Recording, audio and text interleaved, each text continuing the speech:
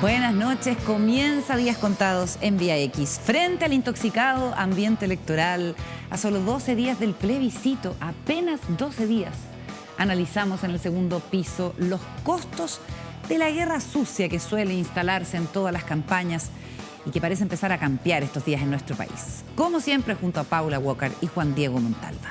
Además, con Sabas Chaguán comentamos el fiasco en el estadio de San Carlos de Apoquindo con un jugador que termina sin ropa y una barra brava con tobillera electrónica participando de los desórdenes. También hablamos del alegato de Gendarmería por la autorización del traslado de presos mapuches desde la cárcel de Angol, después de las amenazas a su alcaide.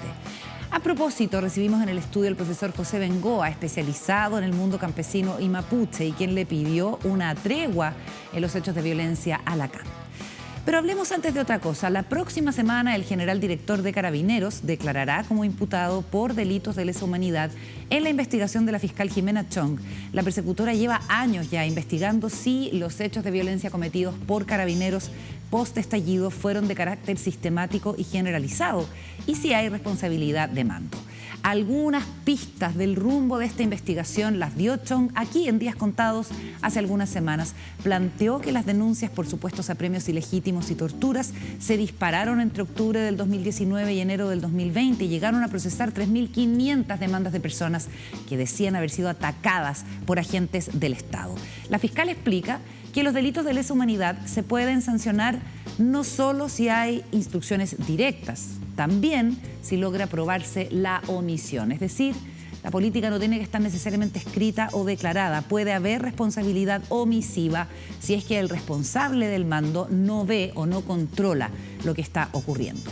¿Podría el mando en este caso estar avalando las acciones dañinas? Veremos cómo avanza esta investigación.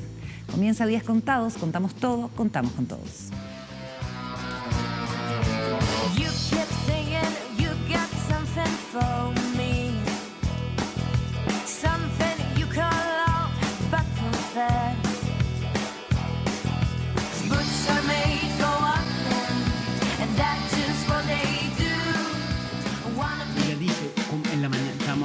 Ya, estamos listos para iniciar la revisión de los hechos más importantes junto a Juan Diego Montalva. ¿Cómo estás, Juan Diego? Muy bien, Carolina. ¿Cómo estás, Paula Walker? Muy bien, Carolina. ¿Qué tal? Oye, yo hablaba de este ambiente intoxicado preelectoral y pareciera que efectivamente la cosa se ha ido crispando y empieza a aparecer lo que en Estados Unidos es una cosa normalísima, ¿no? Que es la campaña sucia en toda su expresión. Abrimos el segundo piso para hablar de esto en Días Contados.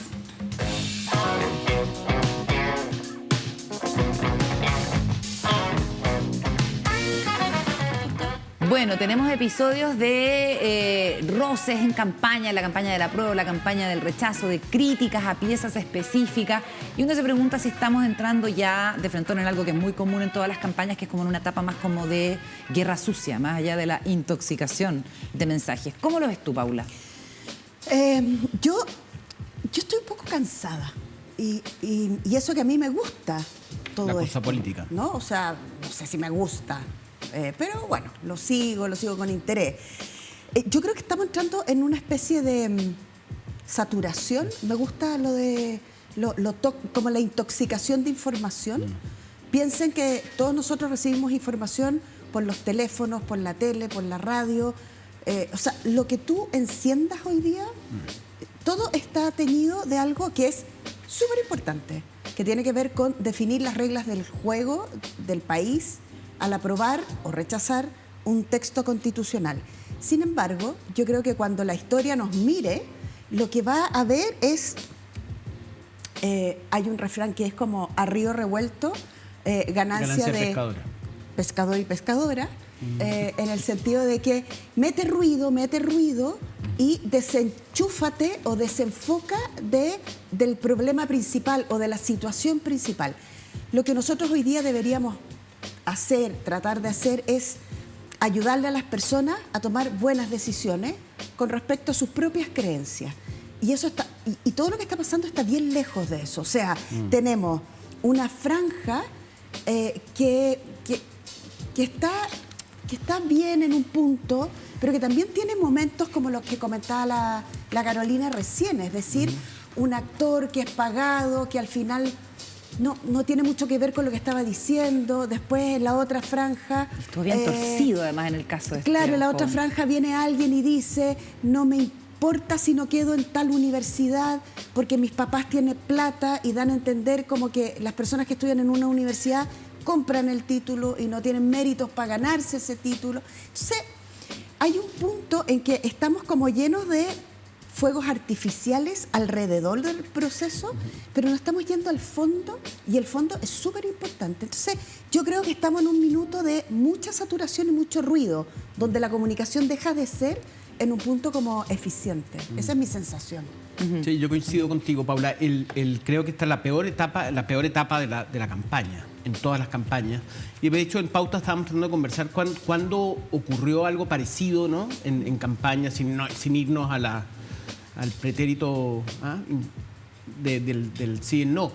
Y el tema es que en este periodo, que gracias a Dios no hay encuesta, bueno, se discute mucho si puede o no haber encuesta y todo eso, pero al menos eso está liberado. Pero eso genera una ansiedad en donde la campaña, cualquier error en estas 2 semanas va a ser clave. Porque todos coinciden que esto va a ser un triunfo cerrado, sea cual sea, del apruebo o el rechazo. Entonces, esa posibilidad hace que se busque el error del contrincante y a su vez se intente manchar el contrincante. Entonces, va a ser en ese sentido bastante desgastador y cansador. O sea, nosotros como programa ya estamos agotados de hablar del plebiscito, ¿no? Entonces yo creo que hay que prepararse. Van a ser 2 semanas muy duras, van a estar semanas complejas. Ayer conversé con una persona del rechazo duro, ¿ya? Y me decía justamente de que él creía que iba a ganar, pero que esto iba a ser voto a voto. Y esa sensación coloca el ambiente aún más complejo, más difícil, ¿no? ¿Sabes en qué pensé? Hoy día, de hecho, en la mañana, pensaba en cómo iba a ser esa noche. Un poco como para aquietar la conversación entre nosotros también, que como que nos metemos y de repente necesitamos como... ¿Cómo va a ser la noche del 4? Y me imaginé eso, me imaginé que un bando iba a estar como con globos, celebrando. Y la cara de los otros. El otro bando iba a estar, o sea, el apruebo celebra si gana el apruebo, el rechazo celebra si gana el rechazo. Pero la pregunta es, ¿qué estamos celebrando? O sea, porque a diferencia de lo que tú decías, Juan Diego, estamos en una discusión que no habíamos tenido nunca en la vida. Es verdad. Vamos a discutir, no estamos discutiendo si nos cae bien o nos cae mal el candidato o la candidata, o si el partido que representa. Estamos discutiendo cuáles van a ser nuestros derechos, por ejemplo. Y si estamos de acuerdo con que los derechos sean de la A a la Z. Vamos a discutir si en realidad no nos gusta eso y nos queremos quedar con la Constitución actual, y de ahí recién empezar a ver qué posibilidad tenemos de cambiar esa Constitución actual. Estamos discutiendo cosas que impactan a los niños, a las niñas, a las personas mayores, a los estudiantes, a la gente del campo, a la minería. O sea, estamos discutiendo tantas cosas en el texto nuevo que no lograría entender bien cuál es la actitud que debiera tener, no sé, por la gente que votó para un lado o para otro. ¿Hay que salir con globo a festejar? ¿O en realidad tenemos que buscar la zona churada? No es tan obvio. ¿Quién se pone? No hay nadie que se ponga la... Porque ¿qué triunfa? ¿Cómo se llama? La tira esta de presidente. No hay nadie que se ponga. La banda como presidencial. Como para poder liderar lo que pasa el 5. Claro, o sea, tú le pones rostro. ¿Cuál es el rostro de esta elección? Un punto interesante, fíjate que esta elección se hace. Tú dices, espérate, Juan Diego, ¿cuál es el rostro que está por sobre las 2 posiciones? No, ¿cuál es el rostro que va a ganar? Bueno, a mí me gusta eso. ¿Cuál es el rostro? ¿Quién gana? ¿Cuál es la cara del que ganó? ¿A quién vas a levantar el brazo? Ahí van a aparecer los partidos, ojo. Sí. Es que eso es lo que pasa, porque mientras más se radicaliza el debate político en los paneles de televisión, en los paneles de radio, mientras más enfrentamiento hay entre colegas de la política que se encuentran en el Parlamento, que son los presidentes de partidos políticos, yo creo que menos credibilidad tienen estos mismos actores y actoras que luego van a tener que sentarse y van a tener que sacarse la foto todos juntos, sea cual sea el resultado. Entonces, también la radicalización de las posturas, la polarización extrema, atenta contra el propio proceso democrático que sí o sí va a venir el 5 de septiembre. Y yo respecto de la figura de Boric y la necesidad que han dicho aquí gente de derecha, como Hernán Larraín Mate, que también lo reiteró otro dirigente de la derecha, que no me acuerdo quién es, Daniel Mansuy también, que es muy importante que lo que pase el 5 de septiembre sea con el presidente Boric como ese es un buen rostro, liderando. Sí, ahora Y que por eso le hace tan mal él celebra intervenir. o si gana el rechazo va a poder celebrar, ¿me entiendes? Es un rostro que va a estar sí o sí. Sí. Un punto importante es que esta elección se va a saber muy temprano. Muy temprano. Porque Gracias al muy super fácil desfase. de contar, entonces un voto sencillo. Pero harta gente. Y Pero 8, sí.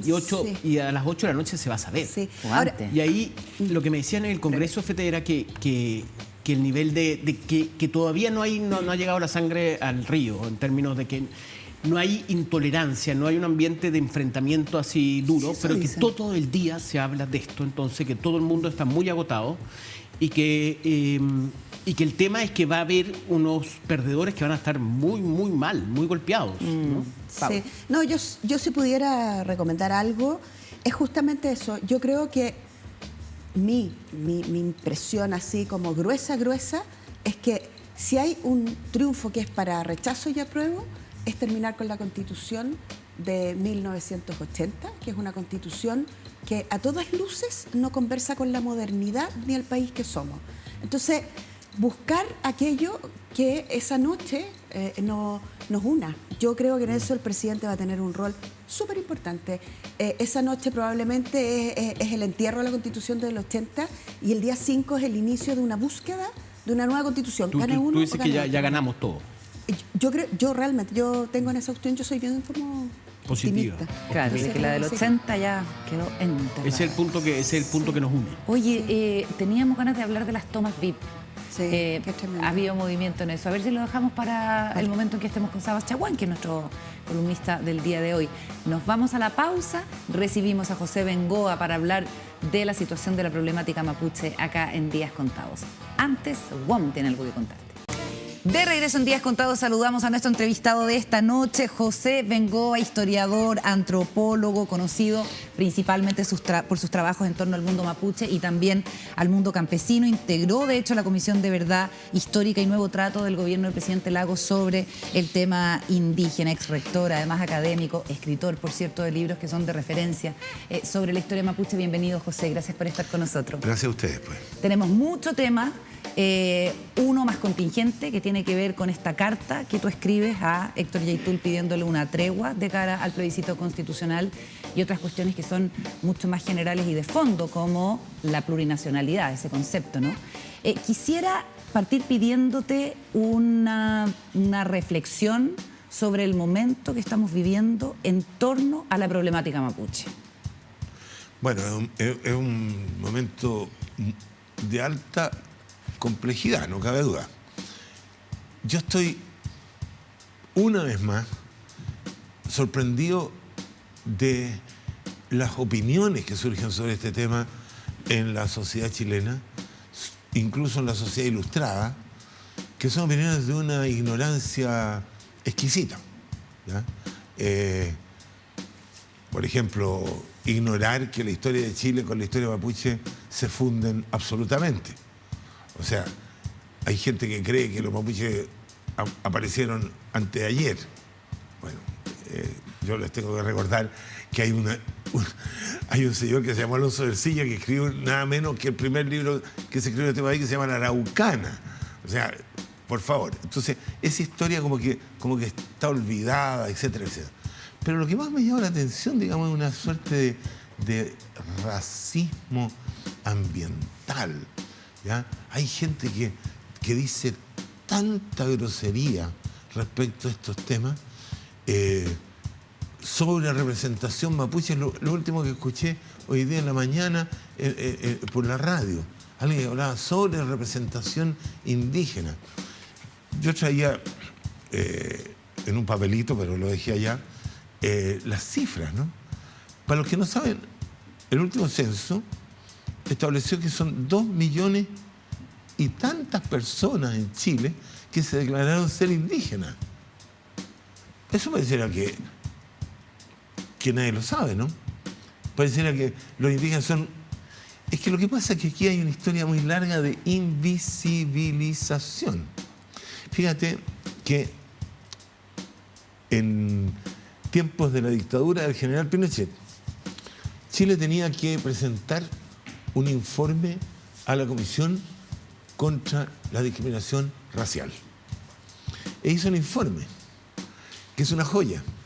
En ese informe dice que los mapuches serían aproximadamente 30.000. 30.000. Y que todos ellos estaban totalmente integrados a la sociedad chilena. O sea, las ganas de que no existieran los llevó a decir semejante cosa. Poquitos años después fue el primer censo, 92 por ahí, casi 1 millón. O sea, entre 30.000 y 1 millón. Bueno, ahora, ¿no es cierto?, lo mismo, se dice sobre representación. Pero bueno, son 2.100.000 y tantos mil, por ahí tengo la cifra exacta. Entonces, yo diría que hay un tema central en este momento, que es cuando aparece la cuestión indígena, la gente dice no. O no toda la gente, ¿no? Una gran mayoría dicen que sí, que dicen las banderas que están en todas partes, las banderas mapuche, etcétera, etcétera, ¿no es cierto? Sin embargo, hay como una resistencia, digamos, frente a eso. Alguien decía el otro día, yo no quiero dejar de ser chileno. ¿Qué es esto? ¿De qué está hablando? Rodríguez Elizondo estaba diciendo que no es justo, eres profesor de no sé qué. Pero bueno, dicen cosas así que no son inteligentes siquiera, ¿no? Frente a esta visibilización de las demandas que se da principalmente en el escenario de la discusión constitucional, ha habido, dices tú, una resistencia y esta idea de que la unidad territorial y Chile como Estado, digamos, se va a destruir con los mayores grados de autonomía. ¿Cómo has seguido? Claro. ¿Cómo seguiste? ¿Cómo viste el debate en la Constitución? Que le van a poner remos a la Araucanía y se la van a llevar a no sé dónde. O sea, hay mucha tontera en esto, perdone que le diga a usted, ya que me invitó. Hay mucha tontera en esto. Pero fíjate que esto es una historia larga, además. Porque el año 89, antes de la elección de Patricio Elwin, él se comprometió a mandar la reforma constitucional de reconocimiento de los pueblos indígenas de Chile. Uh-huh. A mí me consta que él lo escribió con su puño y letra y con lápiz rojo. ¿Tú estabas ahí? Yo estaba ahí. Se mandó al Congreso. Lo que se dijo en el Congreso fue en buena medida lo mismo que se está diciendo ahora. ¿Cómo es posible? Fíjese, voy a contar una anécdota, ¿ya? para que sea un poquito más entretenido esto. Hubo una reunión de todos los profesores de Derecho Constitucional en el antiguo Congreso Nacional, a tomar 11, ¿ya? Y con galletitas y qué sé yo, a ver si se podía hacer una reforma constitucional. Por supuesto que todos dijeron que no. Y decían con sus voces engoladas, ¿no es cierto?, de sabios, pero si el pueblo es uno, hombre, el pueblo es solo uno, el pueblo es solo uno. ¿Ya? Yo me recordaba, ¿no es cierto?, y lo anoté en mi libretita, ¿ya?, que decía el pueblo es uno, el gobierno es uno, el Estado es uno. Bueno, yo me recordaba que había un alemán de bigotito, ¿ya?, que decía Eine Volk, un solo pueblo, un solo Kaiser, un solo Führer, ¿no? O sea, ignorancia. Ignorancia supina. Por cierto que esas personas hicieron que esa reforma constitucional que propuso don Patricio Elwin, ¿no?, ¿ya?, fracasara. Pero en ese momento se hablaba de si tenía que ser multiculturalidad o plurinacionalidad. Claro, pues ¿ya? Es lo mismo que dice, exactamente lo mismo que dice el artículo 5 de la nueva Constitución. ¿Y por qué quienes dicen la plurinacionalidad lo que establece son varias naciones y eso pone en peligro la unidad? En cambio, la multiculturalidad lo que reconoce son varias culturas. ¿Multiculturalidad? No, pero si no es solo cultura, pues. Es organización, es economía, es capacidad de gestionar los propios asuntos. Sobre esto hay experiencia enorme en todas partes del mundo. En todas partes del mundo. Yo he tenido la suerte, digamos, de conocer mucha autonomía. Mucha. ¿Ya? Y funcionan, pero muy bien, pues. ¿Cuál es la que mejor funciona a su juicio? Bueno, ¿De las que conocía? Yo he estado en Groenlandia, funciona estupendamente bien. ¿Ya? He estado, bueno, un montón de partes, ¿no? ¿Ya? Pero, por ejemplo, aquí en América Latina, ¿no?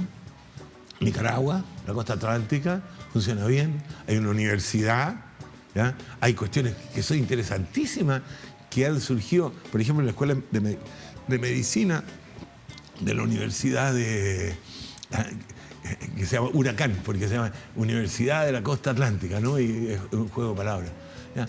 Y han logrado juntar la medicina occidental, para decirlo fácil, con la medicina indígena, logrando cosas extraordinarias. ¿Ya? Y bueno, y se puede manejar. En esta crisis enorme que tiene Nicaragua es la parte que menos crisis tiene, ¿no? ¿Ya? Yo estuve en la Comisión de Paz de Colombia, ¿ya? En la Comisión de Paz entre el gobierno, el Estado y las FARC. Y bueno, y he conocido muy de cerca lo que se llaman los resguardos, que tienen una autonomía muy grande. Incluso tienen policía propia, ¿ya? Para que se escandalice alguno, ¿no? Tienen policía propia. Y la verdad que son los lugares que se resguardan mejor de la violencia que hay en Colombia, que es muy grande, ¿no? Que es muy grande. Entonces, está lleno de experiencia. ¿Para qué decir Canadá? ¿Para qué decir Nueva Zelanda, que le gusta tanto citarla? Australia, etcétera, ¿no? Bueno, es una larga experiencia que hay hoy día en el mundo, ¿no? Y que José, obviamente lo que tiene como cosa principal es que reduce enormemente los conflictos.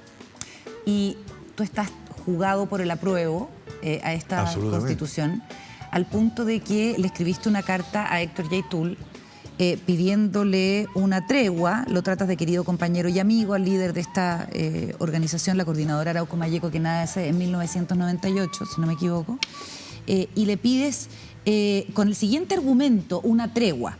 Somos muchas y muchos quienes estamos firmemente por el apruebo. Las mujeres mapuches en particular jugaron un papel central en la constituyente. Quiero detenerme aquí porque tenemos harto que analizar. ¿Qué te pareció que Héctor Yaitul desacreditara la participación de indígenas mapuches en la convención? Un error, absolutamente. Un error absoluto. Las mujeres mapuche, casi muchas de ellas abogados, cuidado, porque después dicen... ¿ya? O doctora, en el caso de Elisa Loncón. O doctora, Elisa, etcétera. Jugaron un papel fundamental, que provoca mucha sorpresa, adhesión en mucha gente y molestia en mucha gente, pues. ¿Ya? Yo he visto gente que se siente muy molesta del hecho que Elisa Loncón haya sido la presidenta de la convención. Gente no mapuche, pero claro, es raro no que un mapuche se moleste con yo creo que ellos están metidos en una cosa que yo no comparto en absoluto, como es evidente de la carta y como es evidente de la respuesta. ¿Ya? A mí nunca me pareció mal pedir paz. ¿Ya? Y me pueden decir cualquier cosa después. Pero pedir que haya... Porque, mira, cuando hay procesos eleccionarios así, normalmente hay treguas. ¿Ya? De hecho, Pero las treguas son que se le solicitan a grupos armados. Bueno, grupos que están haciendo acciones. Frente a la realidad de que están haciendo acciones, de las acciones violentas armadas. Acciones violentas, acciones directas. ¿En algún momento te hizo sentido la utilización de la violencia por parte de la CAM? ¿Cómo la justificabas? No, yo nunca he estado por la violencia. Ahora, la CAM es muy específica en términos de lo... Y eso me gustó de la carta. Yo creo que si algo me pareció bien, que ellos respondieran especificando claramente lo que ellos hacen y lo que no hacen. ¿Ya? Por ejemplo, ellos dicen claramente que no atacan a campesinos ni agricultores, que solo sabotean las actividades de las forestales. Son muy precisos en eso. Y defienden el robo de madera como recuperación. Leamos un poco de la respuesta, porque está tu carta, que es una carta de unos 5 o 6 párrafos, propongo con todo respeto que ustedes hagan una tregua de 30 días, y pones tregua entre comillas además, en que suspendan las acciones directas. Esta tregua no es ni con el gobierno ni con el Estado, es con nosotros, con el pueblo de Chile y los mapuches que tienen otras posiciones. Es lo menos que les podemos pedir. Libertad de acción se dice en política. Nadie debiera culpar a la CAM de favorecer al rechazo. Sería poner a los mapuches contra el pueblo chileno y contra ellos mismos. Sería un error histórico. O sea, que tú ves el riesgo de que las acciones de la CAM puedan favorecer al rechazo. Bueno, yo lo que veo es que no veo mucha televisión, ¿no? Pero veo los noticieros cómo hacen justamente permanentemente. En primera noticia, escándalo, escándalo, escándalo, escándalo, escándalo. O sea, es la noticia principal de hoy día, por ejemplo. Entonces, aunque no pareciera ser la CAM, ¿ya? Pareciera ser otro grupo. Pero todos los días, ¿no es cierto?, esto es... y uno que está ya un poco viejo empieza a sospechar, pues. Empieza a sospechar, ¿De ¿cierto? qué? ¿De que los medios inventan los hechos? No lo inventan, pero hay una especie de, ¿ya? de historia, ¿no? Todos lo sabemos todas estas cosas que pero se fabrican. Lo que más ha hecho noticia en los últimos días son los videos que graba el propio Héctor Yaitul, donde reivindica el robo de madera como una especie de recuperación, y va luego como diciendo que esto sirve para comprar fierros y tiros, en el fondo son armas, claro, y munición. Yo, mira, de eso no me hago cargo de ninguna de sus palabras en eso, ¿no? Lo siento mucho. Pero si tú me das 2 minutos, yo te puedo explicar algunas cosas. Por supuesto, para eso estamos. Como me dedico un poco a la historia, aquí viene una historia que se cuenta poco, o no se cuenta. Durante la reforma agraria, estamos hablando de los años 70, 69, 68, 69, 70, 71, 72, 73. En esos años, muchas comunidades recibieron tierra por la reforma agraria. Y se comenzaron a plantar pinos. No árboles en general, pinos. Las comunidades empezaron a plantar pinos. Y sobre todo las comunidades de Malleco, ¿ya? De Arauco y Malleco, ¿ya? No es por casualidad el nombre, ¿ya? Fundos como el Pantano, bueno, etcétera. ¿Qué pasó después del golpe? Todas esas tierras entregadas a las comunidades se les quitaron. Y se quedó la Corfo, o la Cora, pero fundamentalmente la Corfo, con esas tierras en las cuales estaban hectáreas y hectáreas y hectáreas plantadas de pino. Uh-huh. Quienes habían plantado los pinos eran la gente de las comunidades. ¿Ya? Bueno, pasó el tiempo, muy poco, y se remataron esas tierras. Y esas tierras se las compraron a huevo 3 empresas, como todos los chilenos ya lo saben, ¿ya? Y los pinos siguen creciendo. Vino el año 90, voy a hacerlo corto. Esto lo tengo escrito, ¿eh? Nadie me lo ha desmentido nunca. Lo tengo bien escrito con nombres y apellidos. Vino el año 90 y un grupo de abogados convocamos, yo con ellos, convocamos a las empresas para decirles que ahí había una bomba de tiempo. Porque ellos habían comprado la tierra con pinos plantados por la que no eran de ellos, claro, que tenían dueño, digamos. Además de la tierra, el vuelo originario. Como se dice, el vuelo del bosque, ¿no es cierto? Y que cuando crecieran los pinos, la gente que los plantó o sus hijos... los iban a ir a cortar. Los iban a ir a cortar. Claro. Se iban a acordar. Esto lo plantó y Metaita. Esa reunión existió. Esa reunión existió. Y con los dueños de Arauco, de Mininco. Llegaron unos abogados jóvenes, ya, muy bien vestidos. No se presentaron los propietarios. No, digamos, no se presentaron claro, los propietarios. Pero llegaron unos jóvenes abogados que dijeron, miren, la verdad que nosotros hemos estudiado los títulos, están todos perfectos. No hay nada que discutir. Ahí se acabó la reunión, ¿ya? Yo me acuerdo que Eduardo, bueno, uno de los que estaba ahí, le dijo, Ojo. Se van a acordar. Se van a acordar. Tengo una duda, José, y me gustaría que me la aclararas cuando tú dices que las comunidades, los grupos que empezaron a plantar los pinos, siempre ha estado la idea de que el monocultivo es como contrario a la propia tradición mapuche, que es el bosque nativo. Bueno, pero en ese tiempo no había muchos bosques, ¿no? No había muchos. Y el gobierno, el Estado de ese tiempo, la Corporación de Reforma Agraria, la Corporación de Fomento de la Producción, ya fomentaba también claro, los pinos, también, digámoslo derechamente, ¿no? No había, o sea, no son contradictorias las dos. Y no había la conciencia, yo creo que está hoy día, ¿no? De la conservación, etc. Claro, no existía eso. Bueno, muchos años después hubo un incendio de un camión. ¿Ya?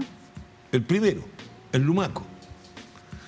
Y asistimos una comisión de particulares, en que estaba Sara Larraín, que es bien conocida porque fue candidata alguna vez, Nelson Caucoto, un abogado muy conocido de derechos humanos, varios.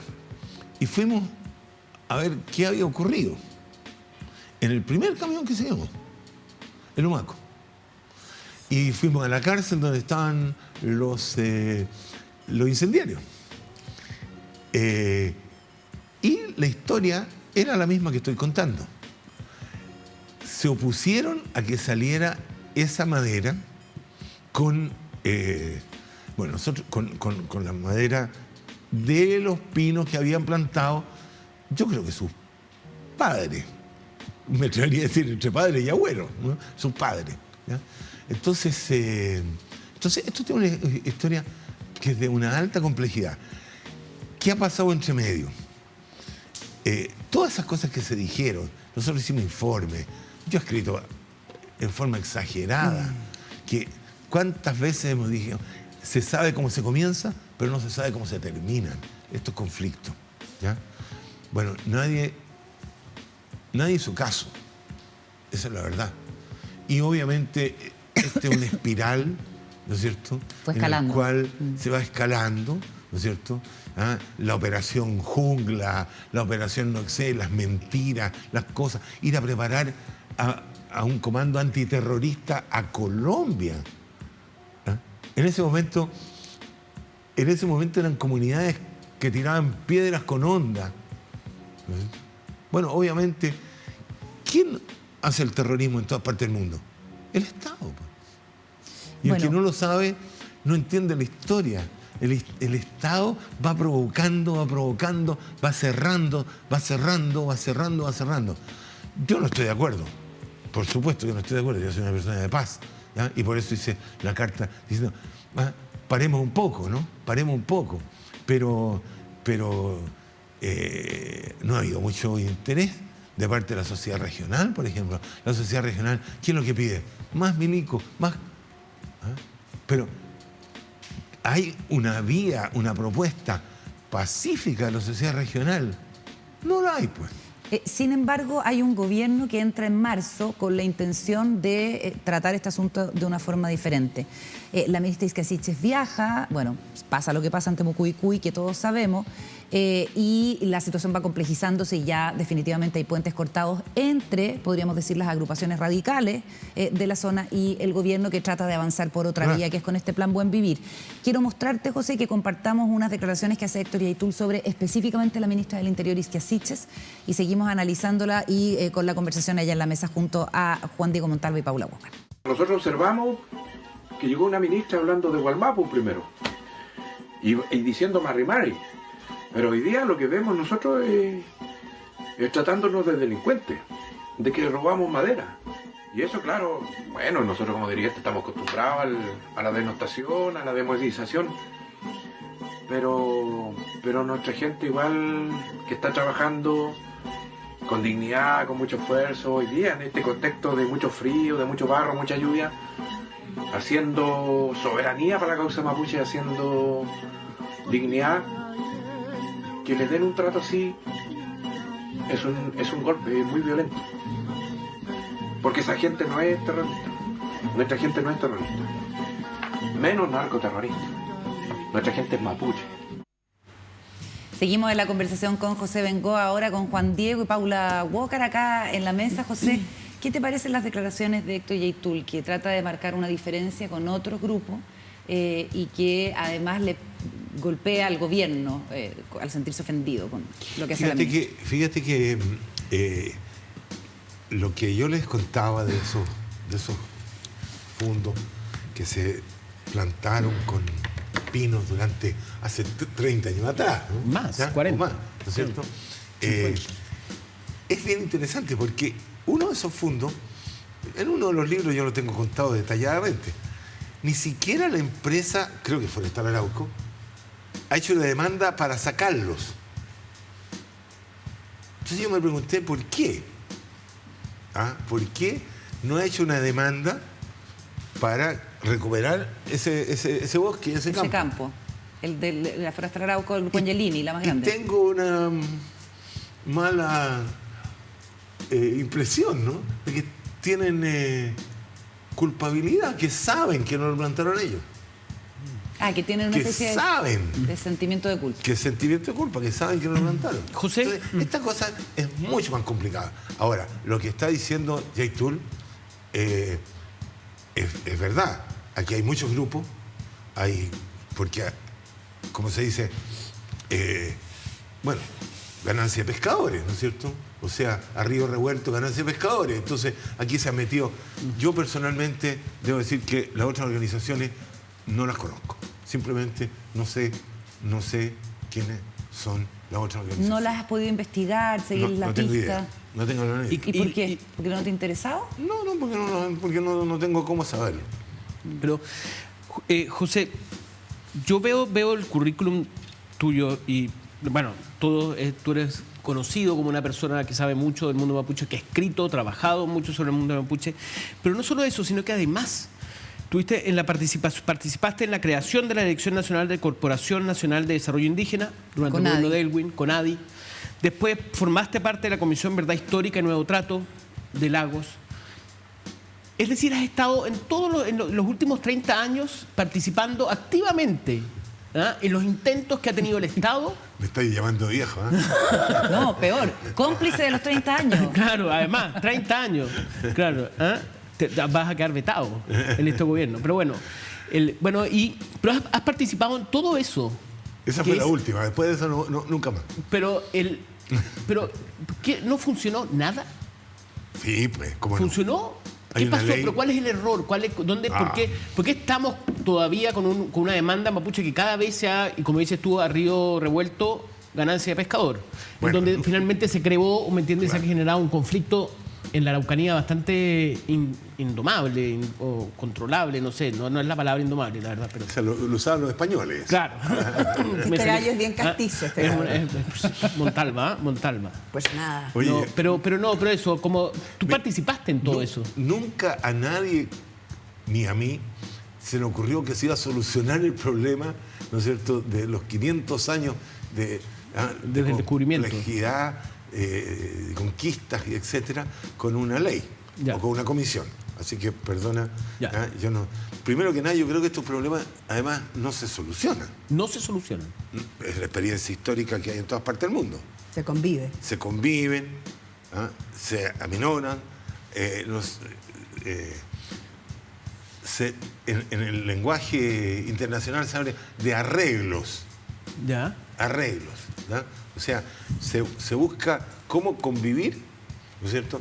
Sociedades que entraron en guerra. Si cualquiera que esté escuchando esto tuvo que estudiar historia de Chile, ¿no es cierto? Y la guerra de Arauco, ¿no?, duró siglos y siglos y siglos. Y lo último, en 1890 y tanto, ¿no es cierto?, fue el último alzamiento armado de los mapuches, ¿no? Y de todos. ¿Ya? Entonces, vámonos con calma, que estas cosas son extremadamente complejas, ¿no es cierto? ¿Ya? ¿Y cuál ha sido el espíritu permanente? Conquista, colonización y racismo. Digámoslo derechamente. Hoy día sale gente, ya se lo decía a usted, ¿no es cierto? Salen diciendo unas cosas que son puro racismo, puro pura violencia. O sea, el indígena, si no está colonizado y diciendo sí, sí, sí, ¿ah? Es criticado, es violento, etc. Entonces, esta cosa es muy complicada, muy complicada. No se va a arreglar. Y creo que fue un error enorme de la ministra de creer que porque es buena onda, ¿no es cierto?, ¿ah? Se iba a arreglar eso, ¿no? No es así. Esto, hay que llegar con propuestas. Y esas propuestas no van a ser fáciles, pues. ¿Por qué van a creerle ahora, ¿no es cierto?, los mapuches? No, pues los jóvenes sobre todo, instruidos como están, pues. Ahora, Sí, la Paula. Buenas noches, José. Buenas noches. ¿Cómo se convive, entonces, en sus estudios y en su experiencia, sobre todo internacional, cómo se convive con los pueblos originarios para que estos arreglos funcionen y para que los países vayan adelante? Lo que está planteado en ese librito azul que anda por ahí, ¿ya? En ese librito El azul. nuevo texto. La nueva Constitución. Ahí hay mecanismos, pues. ¿Ah? Por ejemplo, el mecanismo de la autonomía. ¿Qué significa eso? A ver, pensemos en un minuto. Sí. ¿Ya? Todos los pueblos, en la larga historia de la humanidad, tienen como elemento central el derecho a la autodeterminación. ¿Ya? Eso viene del judaísmo. ¿Ya? O sea, el pueblo de Israel fue llevado a Babilonia. Voy a poner un caso que está lleno de música. Está documentado. ¿Ya? Y en los ríos de Babilonia nos sentábamos llorando, ¿no es cierto?, por nuestra tierra, por nuestro pueblo, por nuestro, etcétera. Ha sido el himno de los afroamericanos, de Bob Marley, de etcétera, etcétera, etcétera. O sea, si alguien no sabe es porque es inculto nomás. ¿Ya? Entonces, tú no le puedes decir a un pueblo, ¿ya?, que no tiene el derecho a autodeterminarse. Eso no lo puedes decir porque es contrasenso. Contra natura. Es contra natura. ¿Y qué significa autodeterminarse? Ahí viene el punto. Autodeterminarse tiene muchas significaciones.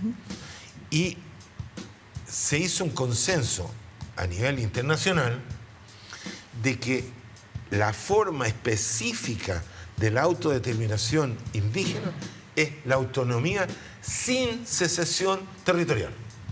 Es decir, en un Estado. ¿Qué es lo que plantea el artículo 5?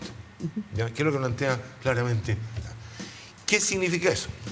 Significa que hay un montón de autonomías en el mundo, ¿no? Sí. ¿Ya?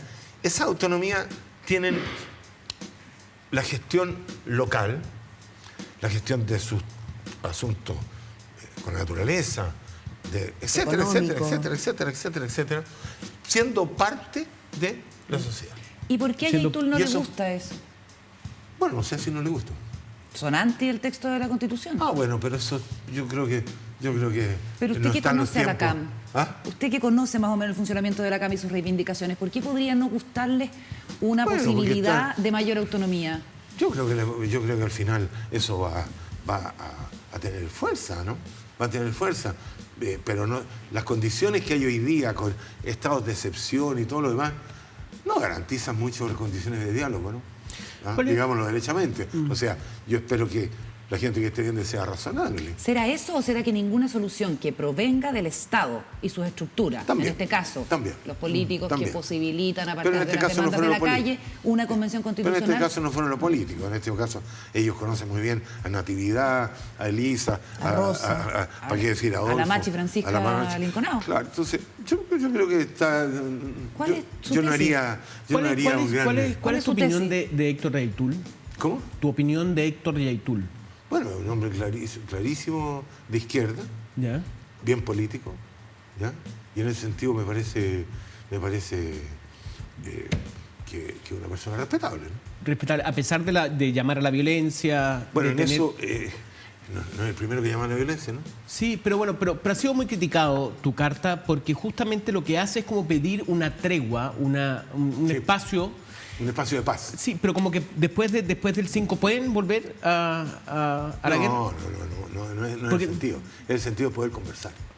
Ya. En el sentido de, las treguas son para poder conversar. Ya, pero después del para poder 5, dialogar. después del 4 de septiembre. Yo espero que haya un espacio importante de diálogo. ¿Pero tú crees que se pueda producir? Sí, por supuesto. Sí, ¿por qué no están rechazan Pero todo. ¿sabes qué? Mira, yo creo que lo más importante es que la sociedad nacional y sobre todo la sociedad regional se convenza de que es necesario dialogar. Eso es lo más importante. La experiencia que hay, por ejemplo, en Colombia, yo estuve en todas las discusiones de paz, que el plebiscito se perdió. Se perdió. Se perdió. ¿Ya? Y se perdió porque no había llegado el convencimiento de que era necesario, que había que bajar todas las armas. Pues. Pero Que había ¿cómo que bajarlas todas.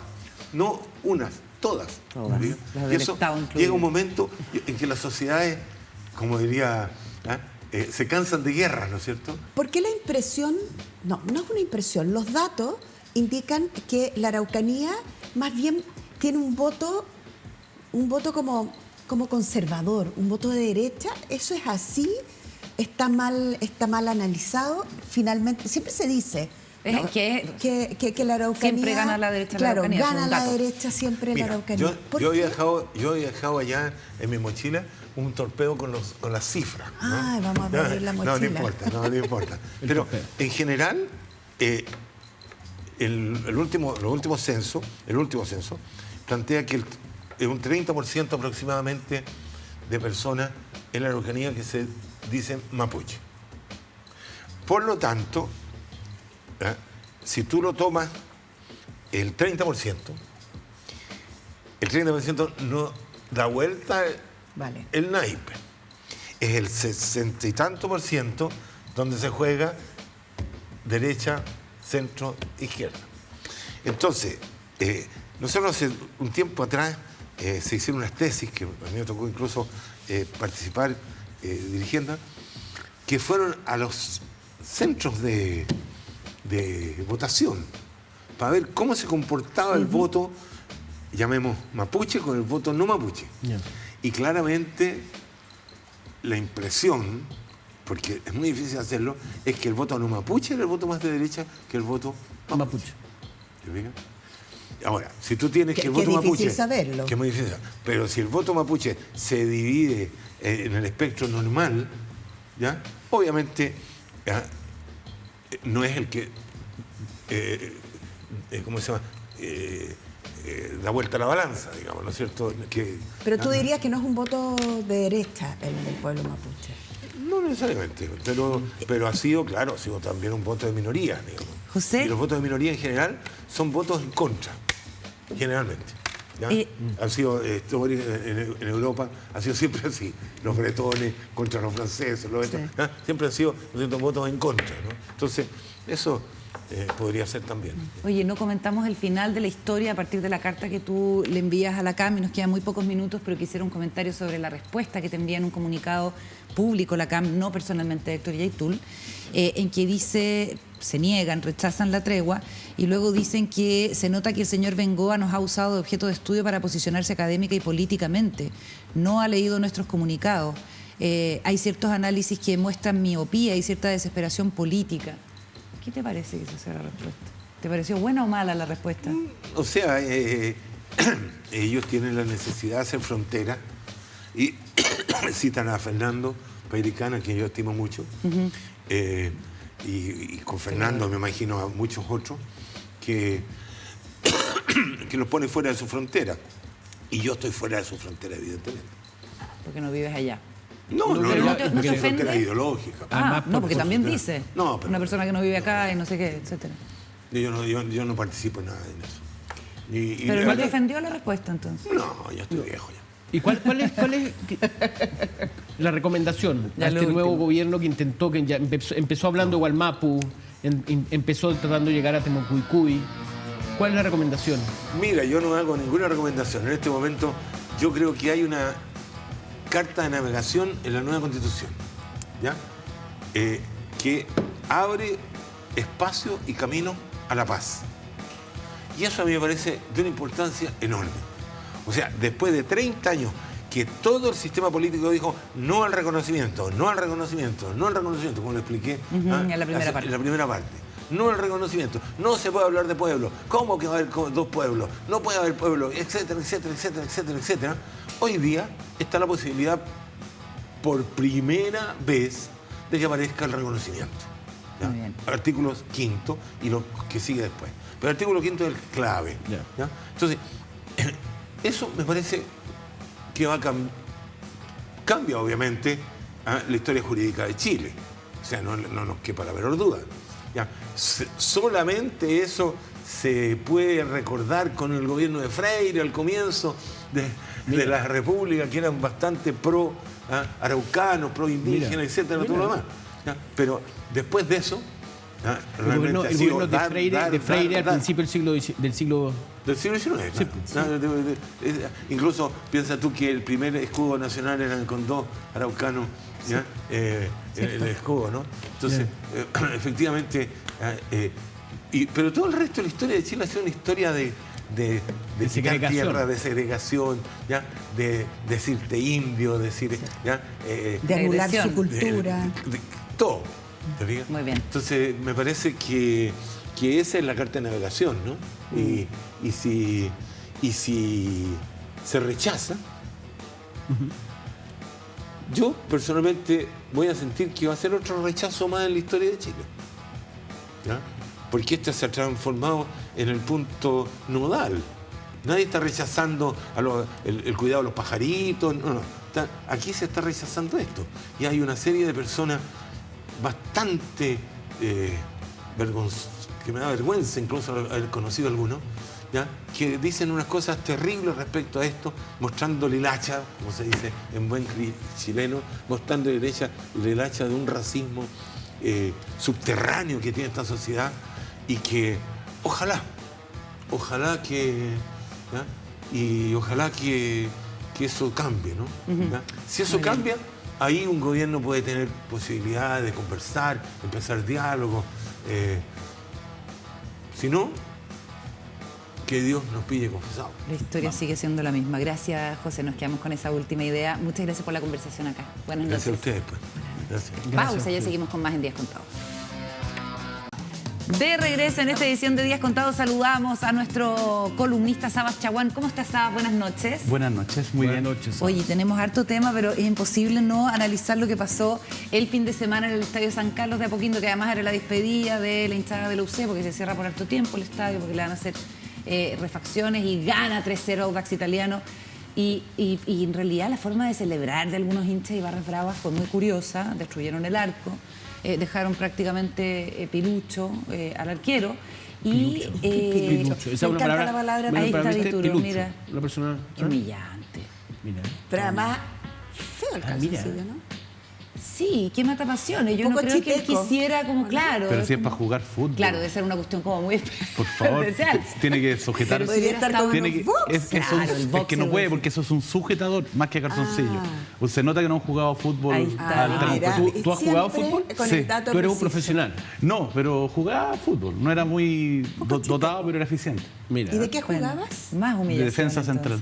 De defensa central. Oye, bueno. Era director de Palestino, hay Sí, que decir. Sabas es director del club palestino. Club Deportivo Palestino, porque hay otro club palestino que es el estadio. El club social. Sí. Oye, y bueno, y la cosa es que se descubrió que uno de los hinchas que estaba participando de los desórdenes tenía una tobillera electrónica. Entonces tuvo que salir Gendarmería a dar explicaciones. Y uno se pregunta cómo una persona que está con una tobillera electrónica como una medida Cautelar. puede estar, digamos, participando así tan campantemente Es que depende. en Es que estos puede, actos que van y vienen. Es que depende. La cautelar se la deben haber impuesto para un fin. Entonces, si la tobillera electrónica se le imponen, por ejemplo, para que no se acerque a ciertas personas, Ya. podría estar en el estadio. Porque no tiene relación con... Claro, si se le impusieron para que no fuera al estadio, Ah, claro, ahí sí. sería muy preocupante. ¿Cómo se fiscaliza eso? Lo que ¿Cómo, pasa es cómo que- funciona el monitoreo de Lo que una pasa- tobillera? Sí, lo que pasa es que las tobilleras electrónicas en rigor no están vigentes, hasta donde tengo entendido, para medidas cautelares. Es decir- Están vigentes para condenados, que están en el medio libre. Me explico. Ah. Cuando a uno lo condena... Lo que pasa es que cuando yo estuve en el cargo de fiscal, muchas veces propuse, más de 6 veces, que se aplicara tobillera electrónica a medidas cautelares, en lugar de la prisión preventiva, por ejemplo. Ya. Porque si tú, por último, sacas el costo, sale más barato para el Estado, en vez de tener una Solo persona por eso. privada de libertad, Sí, dándole comida, etcétera. Pero lo grave ahí es que privar de libertad es muy fuerte. También es muy fuerte, pero además, si yo no lo hago, pero si tú fueras solamente economicista, saldría una inversión grande al principio y después saldría más barato. Claro. Porque el tipo está en su casa, se preocupa él de comer, se preocupa él de trabajar, etcétera. Oye, acá pero, está el dato. Pero se puso para personas condenadas a penas no privativas de libertad. Exactamente, penas sustitutivas de hasta 3 años. Claro, 18, desde el 2014. la ley 18.216. Entonces, ¿qué pasa? Sería muy importante. De hecho, en la Fiscalía alguna vez se hizo con 2 personas que estaban por delito económico. Se les puso financiando a la Fiscalía, que no tenía presupuesto, y se les cambió una prisión preventiva, que no se justificaba porque no eran sujetos peligrosos, por una tobillera Por para un una medida chip les deben cautelar. haber puesto. O no era tobillera, si mal no recuerdo. Para que no se notara, digo. Es que lo que pasa es que tobillera puede notarse. Lo que pasa es que Puede puede notarse, pero si te pones traje de baño y vas a la playa, bueno, mala suerte. Pero también se le Entonces notó. no se condice con el traje de baño. No recomiendas no usar traje de baño. se te cuando ve la usas tobillera. canilla. Al Juan Barra Diego. Brava se le vio, de hecho, por eso estamos Claro, hablando de eso. ahora, en ese caso podría haber un quebrantamiento de la medida cautelar, que es un delito en sí, desacato, no medida cautelar, perdón, si es que le pusieron la tobillera para impedir que fuera a ciertos lugares.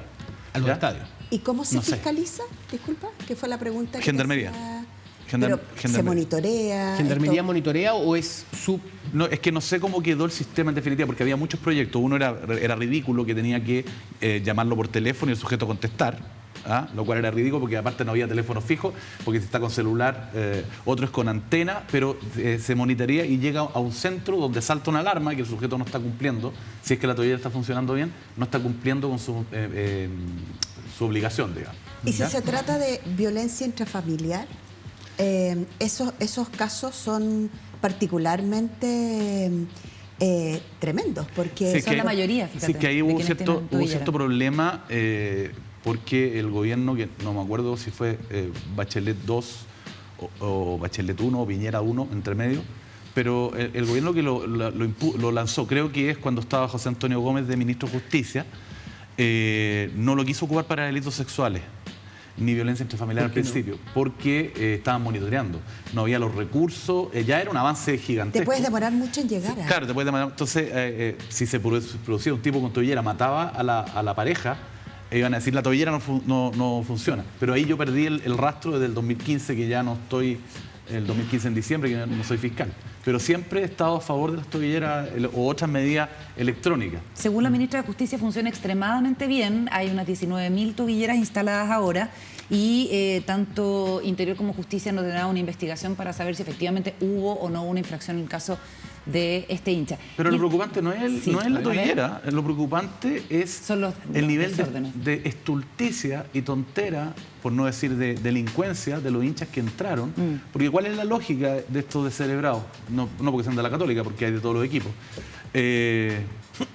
Se bajaron al campo de juego cuando faltaban 3 minutos o 5 minutos.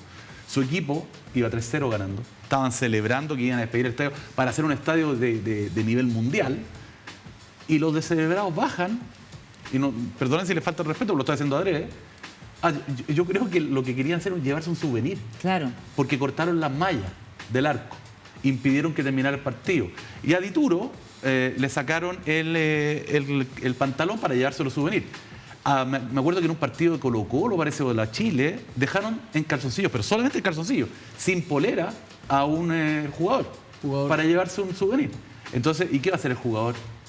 Tiene que entregarles todo, que son capaces de golpearlo, si es que no lo acuchillan. Entonces, ¿qué pasa? Mira, ahí se ve un sujeto que lo está desvistiendo. Y el Dituro prácticamente está pidiendo, oye, por favor, déjame llegar al camarín. Eso es falta de resguardo y eso puede ser sancionable inclusive por ley de violencia en los estadios. ¿Y la responsabilidad ahí es de la sociedad anónima? Es que lo que pasa es que ahí Porque esto sí que es más viejo que el hilo negro. esta el que discusión. organiza el espectáculo es el club deportivo. Ahora, yo creo que la Católica, que no se dice Católica, porque la Católica, o la Chile, o el Colo-Colo. No, yo entiendo. No se El dice- no se colocolino, el colocolino dice que es el colo o colo. No, pero prefiero que hay que no usar, el colo. hay que usar el artículo, porque uno dice Juan Diego. Habla de persona. Bueno, Carolina. Ya, bueno, eso mi profesor de castellano me insistía en eso. Bueno, castellano se me cayó el carnet. Bueno, el problema es que el que organiza es responsable, pero la Católica ha hecho una serie de medidas, ha jugado sin público, ha sido castigado. ¿Se acuerdan el otro descerebrado que le hacía gestos de mono a los hinchas de Flamengo cuando la Católica perdió? Los sancionaron, la Católica los pulsó. Entonces también hay un componente adicional. Hay que tomar medidas en esto a nivel de Asociación Nacional de Fútbol, a nivel de ministerios y también a nivel de clubes. Y me parece que hay ciertos clubes que han tratado, la Católica ha tratado de mejorar eso. Cambiemos de tema y vamos a un asunto que también preocupa, que tiene que ver con los traslados de presos, en este caso presos mapuches, de un penal a otro, y la postura que tiene frente a eso Gendarmería, específicamente por lo que pasó la semana pasada en la cárcel, en el penal de Angol, donde había habido una amenaza hacia el alcaide con nombre y apellido, qué linda es tu familia, qué linda es tu casa, y al día siguiente el director regional de Gendarmería, ahí está el titular, se reúne largamente con los presos que exigían, digamos, su traslado, que son 2, y después de 4 horas de conversación donde no se permitió, según la denuncia de la Asociación Nacional de Gendarmerías y el oficio que le envía al Ministerio de Justicia, la presencia de los custodios, primero se les dijo que apagaran sus máquinas GoPro y que luego se retiraran para que tuviera curso esta negociación. La Asociación Nacional de Gendarmes dice: hay una amenaza directa al alcaide un día, al día siguiente se negocia y se autoriza el traslado de estos presos a un penal que tiene condiciones mucho mejores, que ese es el objetivo, ¿no es verdad? ¿Cómo ves tú esta cuestión que parece a simple vista bastante peligrosa en términos de aceptar presiones en un Estado de Derecho? Parafraseando a Hamlet, algo huele mal en Angol, digamos, no en Dinamarca. Muy de Hamlet. Sí. ¿Ah? Muy de Hamlet. Muy de Hamlet. No sé cómo olía Hamlet, pero lo que pasa es que me parece que la cronología, lo hecho, es súper preocupante, porque hay una amenaza cierta, hay que investigarla al alcaide, y el día siguiente se reúne el director regional. No, ¿por qué? Yo haría una serie de preguntas. ¿Por qué le dice que apaguen las cámaras GoPro? Exigencia de los que están... de los internos. De los internos, sí. Claro. Ese es el lenguaje. De los internos, exigencia del director regional. ¿Por qué? ¿Por qué se apagan las cámaras? ¿Por qué se autoriza al día siguiente? ¿Por qué, como dice al parecer la carta de la Asociación de Funcionarios, de oficiales o suboficiales, no me acuerdo quién la mandó, por qué se saltan ciertos requisitos? Creo que hay un comité especial que tiene que aprobar lo que el director regional le dice. No sé si ese comité especial es también regional o es nacional. Entonces, son señales contradictorias, ¿ya? Porque yo creo que Gendarmería, por ejemplo, en el caso del cartel de Aragua, actuó bien. Quería traducir, ¿se acuerdan que quería repartirlo y hubo un fallo negativo? Bueno, ahí tienen que insistir y hacerlo porque me parece una medida adecuada. Pero acá, sin perjuicio que se presume inocente mientras no esté condenado, porque el día siguiente de una amenaza. O sea, es muy preocupante, y además esta acusación que no proviene de centro, izquierda o derecha, no proviene de políticos que a veces salen para salir a las cámaras y dicen, oh, esto es lo más grave que hay, sino que proviene de los funcionarios profesionales, que además son los que están dentro de los recintos penitenciarios. ¿Y que son los amenazados? Y son los que amenazan, y no solamente los mapuches, sino que todos los internos peligrosos, digamos. ¿Sabes? ¿Quién debiera pedir la investigación? ¿La ministra de Justicia? ¿Es algo que se pide? Yo creo que la ministra de Justicia debería ordenar instruir un sumario. Un sumario para poder saber qué sucedió. Sí, claro. Y además pedir una investigación ¿criminal? Al Ministerio Público. No sé, es que no sé, tal vez del sumario podría determinarse algún delito. Bueno, no creo que haya delito, pero sí puede haber una infracción administrativa. Y resulta que Gendarmería depende del Ministerio de Justicia. Sí. A no ser que la instrucción haya provenido del nivel central. O sea, por eso es súper importante la investigación sumaria, pero además... O sea, podría ordenarlo inclusive Contraloría. Ah, mira. Sí. ¿Por qué? Claro. Porque cuando hay infracción administrativa, si se le hace una denuncia a Contraloría, etcétera, Contraloría puede instruir ella misma el sumario u ordenarle a la repartición pública que haga un sumario y que le envíe las conclusiones. ¿Y puede ser tan autónoma Gendarmería para poder, por ejemplo, para poder operar como... No recibo instrucciones la ministra, lo hago autónomamente y la ministra dice, ay, qué autónomo todo y esto puede ser posible? Solamente para aportar el dato, la ministra el jueves pasado, después de que esto ocurrió, dijo Gendarmería como que se desmarca de alguna manera y dice que Gendarmería toma las decisiones, que es una facultad de Gendarmería.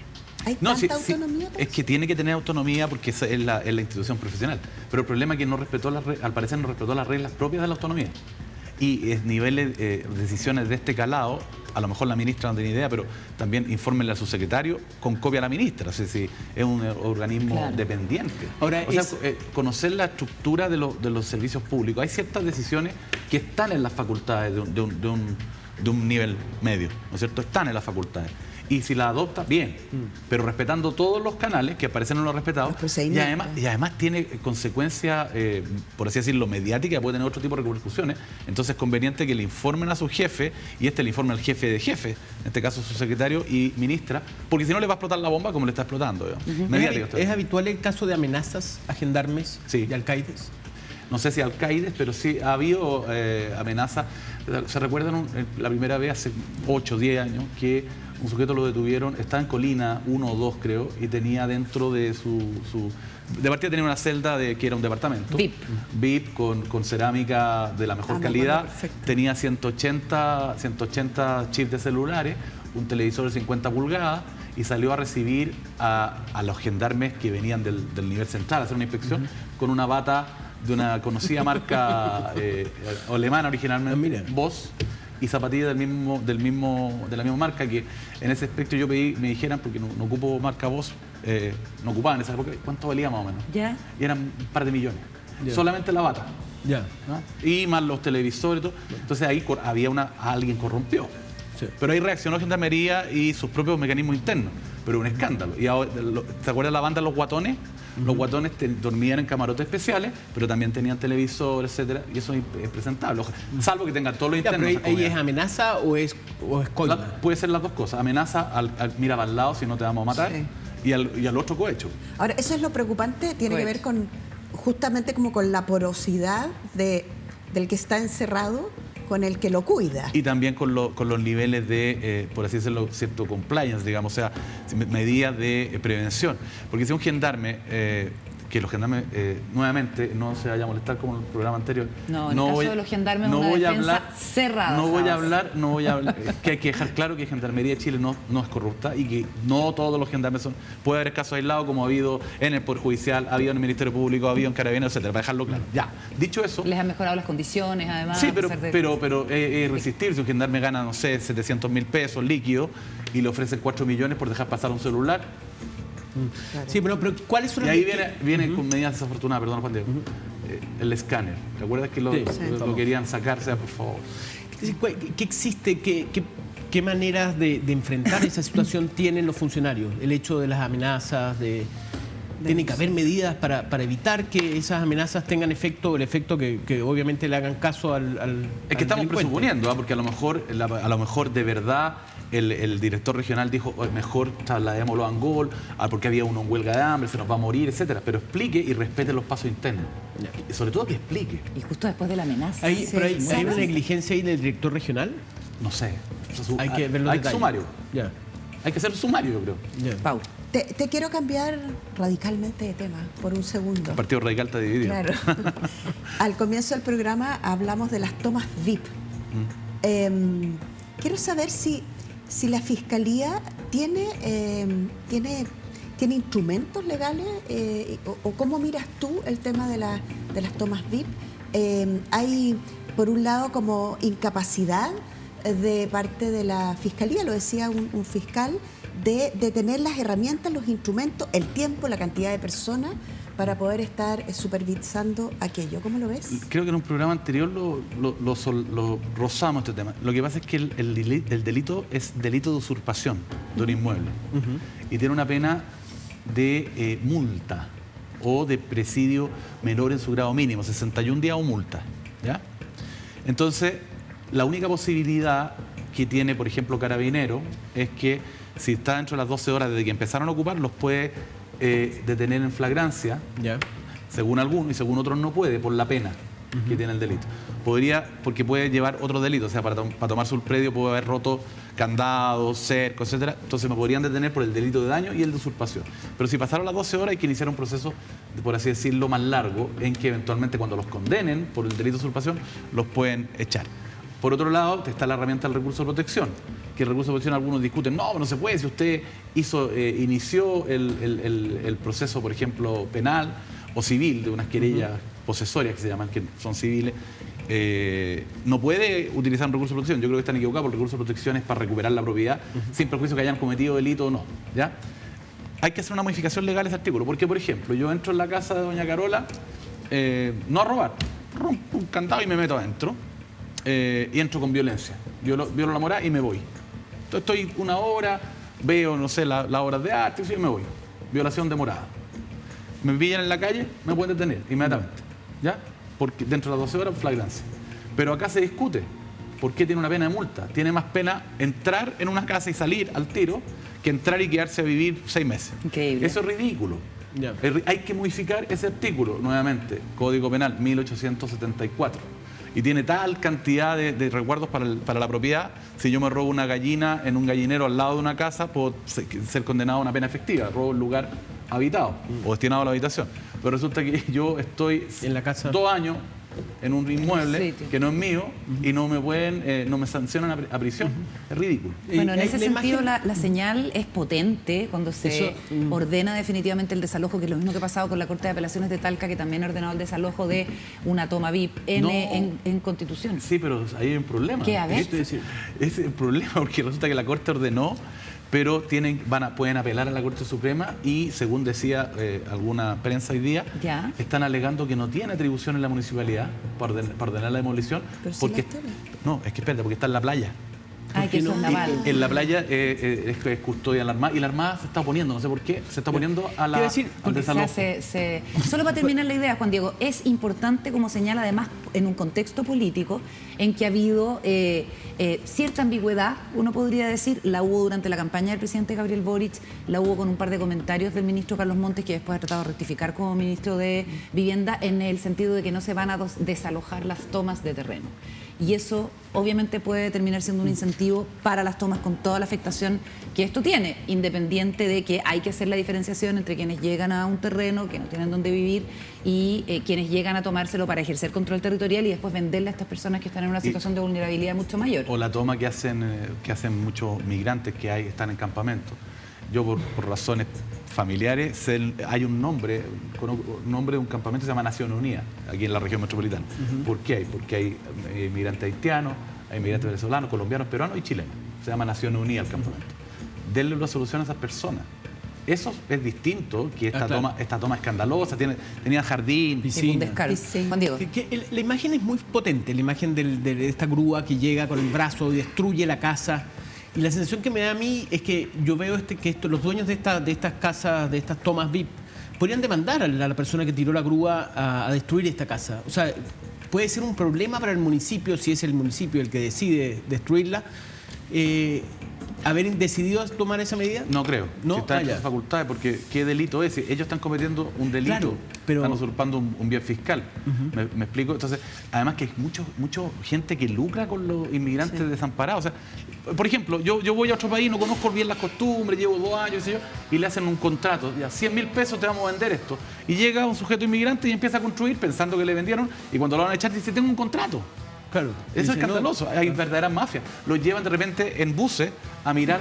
Los terrenos. Ha pasado con departamentos que están para asignar por el subsidio habitacional, que llega un chilenito, se aviva y lleva un bus de inmigrantes y le dice, estas son las casas, aquí están los 100.000 pesos. Y los inmigrantes dicen, me compré una casa o la arriendo. Entonces hay que investigar eso.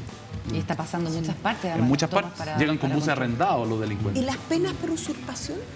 Como te dije, son presidio menor en su grado mínimo, 61 días, a multa. La O sea, nada no- misma. Nada. Ya. Nada misma la cosa ninguna. Muchísimas gracias, Sabas. Gracias a ustedes. Nos vamos, termina esta edición del programa. Muchísimas gracias por acompañarnos. Ya hasta la próxima en Días Contados. Buenas noches, Paula, que estés muy bien. Buenas noches, Juan Diego. Buenas noches. Hasta la próxima. Buenas noches.